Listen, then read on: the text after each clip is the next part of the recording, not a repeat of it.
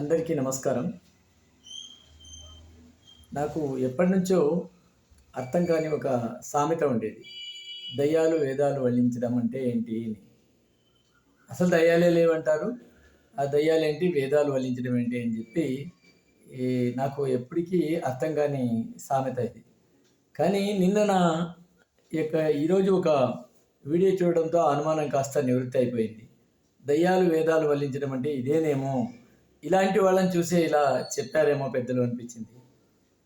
నిన్న మొన్నటి దాకా జగన్మోహన్ రెడ్డి గారు మీ ప్రభుత్వం అధికారంలో ఉన్నప్పుడు పోలీసులను ఇష్టారాజ్యంగా వాడుకొని దాడి చేసిన వాళ్లను వదిలేసి ఎవరైతే కంప్లైంట్ ఇవ్వడానికి వచ్చారో అలాంటి వాళ్ళపైన కేసులు బుక్ చేసి నీకు నచ్చని వాళ్ళు ఎవరున్నారో వాళ్ళందరినీ కూడా నానా రకాలుగా వేధించి రఘురామకృష్ణంరాజు గారు ఒక ఎంపీ అని కూడా చూడకుండా ఆయన వయసుకు కూడా ప్రాధాన్యత ఇవ్వకుండా ఆయన అరికాళ్ళు రక్తం చిట్లేలాగా ఆయన్ను పోలీస్ స్టేషన్లో కొట్టి అక్రమ కేసులు పెట్టి అదేవిధంగా అచ్చెన్నాయుడు గారు లాంటి నాయకులను కూడా అరెస్ట్ చేయడం, అయ్యన్న పాత్రుడు లాంటి నాయకులను అక్రమంగా అరెస్ట్ చేయడం, గోడలు దూకి పోలీసులు ఇళ్లలోకి ప్రవేశించడం, అదేవిధంగా చివరికి గొప్ప నేత ఈరోజు విజనరీ లీడర్ అయినటువంటి చంద్రబాబు నాయుడు గారి పైన కూడా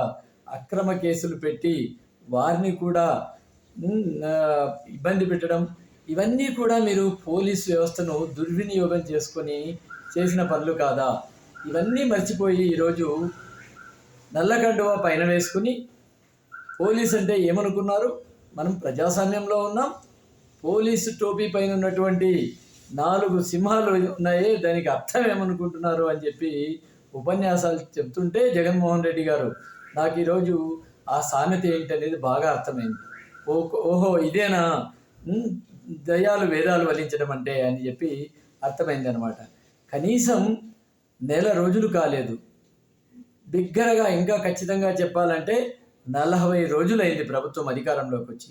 అంతలోనే ఏదో మునిగిపోయిందని చెప్పి ప్రజలు ఇంతగా బుద్ధి చెప్పినా లాస్ట్ చివరికి 2 ఒకట్లు ఇచ్చారు, మీకు పంగనామాలు పెట్టారు 11. అయినా కూడా ఇవన్నీ మర్చిపోయి సిగ్గు శరం లేకుండా ప్రభుత్వం ఈరోజు అభివృద్ధి పదంలో దూసుకుపోతున్నా కూడా ఒకవైపు అభివృద్ధి, ఒకవైపు సంక్షేమ పథకాల గురించి చంద్రబాబు నాయుడు శ్రమిస్తుంటే కనీసం ఓ నెల 2 నెలలో 3 నెలలో టైం ఇద్దాం, ఏం చేస్తారో వేచి చూద్దామన్న ఆలోచన కూడా లేకుండా కేవలం అధికార వాంఛతో 5 ఏళ్ళు ఎలా గడపాలి, నెల రోజులే ఇంత కఠినంగా అయిపోతుంది కాబట్టి వీళ్ళపైన ఏదో దుమ్మెత్తిపోద్దాం, ఈ రోజు నుంచే ప్రజల్లో వీళ్ళపైన వ్యతిరేకత నెలకొనేలాగా మనము అబద్ధాలు చెప్దాం, ప్రజలను నమ్మిద్దామనే కార్యక్రమాన్ని తీసుకోవడం చూస్తుంటే ప్రజలు ఈరోజు ఎంతగా ఈసడించుకుంటారో, ఎంతగా నవ్వుకుంటారో మీకు తెలియట్లేదు. ఇదే పరిస్థితులు కంటిన్యూ అయితే రాబోయే రోజుల్లో మీకు 11 కాదు 1 తీసేస్తారు జనాలు, మీకు మిగిలేది 1. లేదు ఆ 1 కూడా నమ్మకం లేదు, లాస్ట్కు మీరు జీరోగా మిగిలిపోవాల్సిన పరిస్థితి వస్తుంది అని చెప్పి అనిపిస్తుంది. కాబట్టి ఇప్పటికైనా బుద్ధిగా నిర్మాణాత్మకమైన ప్రతిపక్షంగా మీరు వ్యవహరిస్తే రాబోయే రోజుల్లో ప్రజలు ఆదరించే అవకాశం ఉందని